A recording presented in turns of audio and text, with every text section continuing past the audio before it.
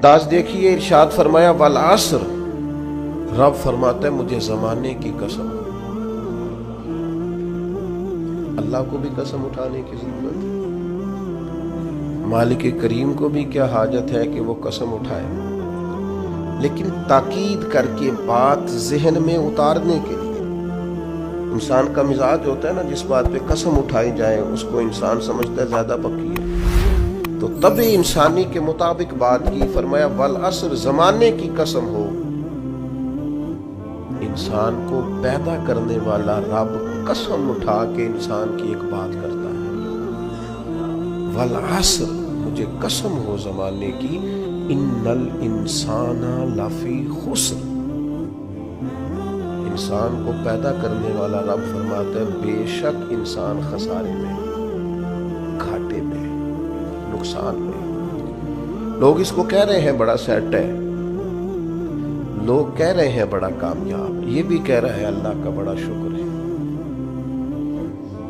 लेकिन पैदा करने वाला रब, इंसान को बनाने वाला, इसको जानने वाला रब फरमाता है मुझे जमाने की कसम हो ये नुकसान है। और खसारा उस खसारे को नहीं कहते हैं कि लोग कहते हैं मैंने कारोबार किया था तो नफा नहीं हुआ, नुकसान हुआ। खसारा उस खसारे को कहते हैं जो असल माल भी जाया हो जाए, रासुल माल भी जाया हो जाए तो कहते हैं खसारा हुआ। यानी इसके पास जो था उसमें भी ये खसारे में क्या, या अल्लाह सारे खसारे में है? फरमाया नहीं, इल्लल्लज़ीना आमनू, जिनमें 4 सिफतें पाई जाएं वो नहीं खसारे में।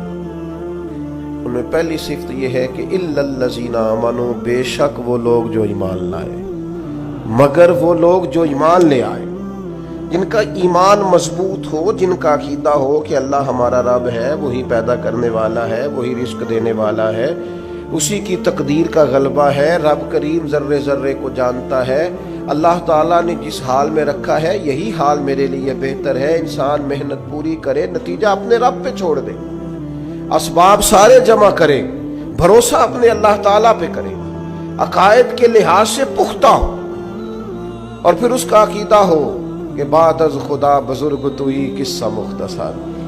कायनात में सबसे अरफा वाला, अजमतों वाले, शानों वाले, बुलंदियों वाले, रिफतों वाले, कायनात के इमाम, नबियों के इमाम, रसूलों के इमाम, फरिश्तों के इमाम, महबूब मुतलक अगर कोई है तो जनाब मोहम्मद रसूलुल्लाह है सल्लल्लाहु ताला अलैहि वसल्लम। सबसे औला हो आला हमारा नबी, सबसे बाला हो आला हमारा नबी, अपने मौला का प्यारा हमारा नबी, और दोनों आलम का दूल्हा हमारा नबी। नजरियाती पुख्तगी हासिल हो, अकायद पुख्ता हो, ईमान में अकायद पूरी तरह दाखिल है, अकायद अहले सुन्नत का पाबंद हो बंदा। फिर एक और बुनियादी अकीदा है, इसी ज़िमन में सारे अकायद आ जाते हैं। फरिश्तों पर भी ईमान हो, अल्लाह के तमाम अंबिया पर ईमान हो, अच्छी बुरी तकदीर पर ईमान हो, लेकिन एक बुनियादी अकीदा जिसको अकीदा आखिरत कहा जाता है, उस पर इंसान का ईमान होना बड़ा ही जरूरी है। अगर आखिरत पर ईमान कमजोर हो जाए तो दुनिया में जितने भी अमल हम करते हैं ये सारे कमजोर हो जाए। ये जो लोग डिप्रेशन में, टेंशन में, एंजाइटी में चले जाते हैं और एक बात बार बार करते हैं कि मेरे ही साथ ऐसा क्यों होता है, आखिर बड़ी ही कोशिश के बाद मैं ही नाकाम क्यों रह गया, तो उन्हें बताया जाएगा कि कामयाबी पता क्या है, ला यस्तवी असहाबुन नारि व असहाबुल जन्ना, असहाबुल जन्नति हुमुल फाइजून। जन्नती और जहन्नमी बराबर नहीं है, कामयाब वो है जिन्हें अल्लाह ताला ने असहाबे जन्नत बनाया है। जो जन्नती है वो कामयाब है, जिसको अपनी आखिरत के ताल्लुक से अल्लाह ताला ने फिक्र सलीम दी है, राह हिदायत दी है, अमाल हसना पर इस्तकामत दी, और वो समझता है कि मैं मेहनत अपनी आखिरत को ठीक करने के लिए कर रहा हूं, जिद्दोजहद मेरी अपनी कब्र के लिए, हशर के लिए, आखिरत के लिए। आखिरत पर जिस बंदे की तवज्जो है वो बंदा कामयाब है। इसलिए दुनिया में अगर दुनियावी तौर पर कोई नाकामी आ भी जाए तो कोई इतनी बड़ी नाकामी नहीं है, इसलिए कि असल कामयाबी आखिरत की कामयाबी। तो अकायद मजबूत हो, और फिर अकायद अहले सुन्नत की पाबंदी उसके पास मौजूद हो, ना रिफ्स की तरफ उसका रुझान हो, ना खारजियत की तरफ उसका रुझान हो, اس کے نظریات ستھرے ہوں، اجلے ہوں، خوبصورت ہوں، وہ رسول پاک کی ذات گرامی کی پوری غلامی کرنے والا وہ شخص، تو اس کے نظریات اعلیٰ ہوں۔ تو فرمایا کہ انسان خسارے میں ہے الا الذین آمنوا، مگر وہ لوگ جو ایمان لائے، وعملوا الصالحات، اور جنہوں نے نیک اعمال کیا۔ اور یہاں بات ختم نہیں ہوئی، دو صفتیں اور بھی پیدا کریں۔ یہ دو باتیں ان کی اپنی ذات تک تھیں، آمنوا وعملوا الصالحات، یہ دو باتیں ان کے اپنے لیے تھی۔ اب وہ سوسائٹی کو کیا دیں؟ دو کام معاشرے کے لیے بھی کریں، وتواصوا بالحق، حق بات کی نصیحت کریں وہ معاشرے میں، خیر کی بات کی نصیحت کریں، وائرل باتیں نہ کریں کہ آج کل یہ موضوع چل رہا ہے تو ذرا میں اس پر بولوں گا تو کچھ ویوز میرے بھی بڑھ جائیں گے، وائرل باتیں نہیں کریں۔ وتواصوا بالحق، وہ حق بات کی نصیحت کریں، کلمہ حق کہیں اور حکمت کے ساتھ کہیں، ادعو الی سبیل ربک بالحکمہ، دانائی کے ساتھ کہیں، لوگوں کو سمجھانے کی نیت سے کہیں، کلمہ حق ان کی زبان پر آئے۔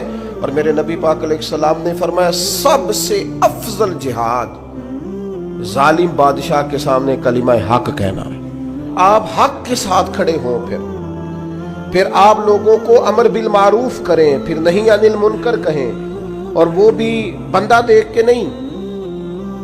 اگر امیر آدمی غلطی کر رہا ہے تو پھر آپ خاموش ہیں، اور کسی غریب کو کرتے دیکھ لیا ہے تو آپ نے دینی حکمت کو بھی پیش نظر نہیں رکھا اور اسے رسوائی کر دیا، آپ نے اسے سخت ترین تکلیف سے گزار دیا ہے۔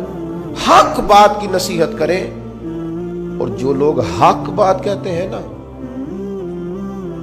ان پر تکلیف بھی آتی ہے، تکلیف آتی ہی ہمیشہ حق کہنے والوں کو۔ تو چونکہ میدان لگایا ہے، اب حق میں نکلے ہو، اب تم نے سفر شروع کیا ہے تو بھائی پیروں پہ چھالے تو پڑیں گے، سفر کرو گے تو تھکاوٹ تو ہوگی، کوئی رستہ طے کرو گے تو گرد تو پڑے گی، اگر کسی سمت تیز دوڑو گے تو مخالف سمت سے ہوا تو تیز آئے گی۔ اب وہاں گھبرانا نہیں، کمزور نہیں پڑنا، تھکی باتیں نہیں کرنی۔ اب ایسا نہ ہو کہ تم نے معذرت خواہانہ رویہ اختیار کیا، وتواصوا بالحق وتواصوا بالصبر، وہ حق بات کی وصیت کرتے ہیں اور ایک دوسرے کو صبر کی تلقین کرتے ہیں۔